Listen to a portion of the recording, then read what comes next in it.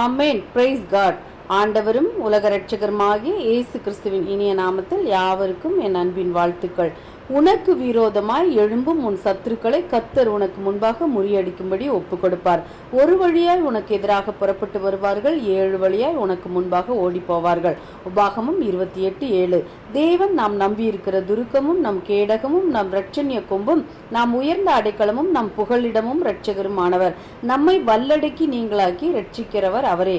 தேவன் நமக்கு அடைக்கலமும் பெலனும் ஆபத்து காலத்தில் அனுகூலமான துணையுமானவர். என் பெலனே உம்மை கீர்த்தனம் பண்ணுவேன். தேவன் நமக்கு உயர்ந்த அடைக்கலமும் கிருபையுள்ள நம் தேவனுமாய் இருக்கிறார். அநாதி தேவனே நமக்கு அடைக்கலம், அவருடைய நித்திய புயங்கள் நமக்கு ஆதாரம்.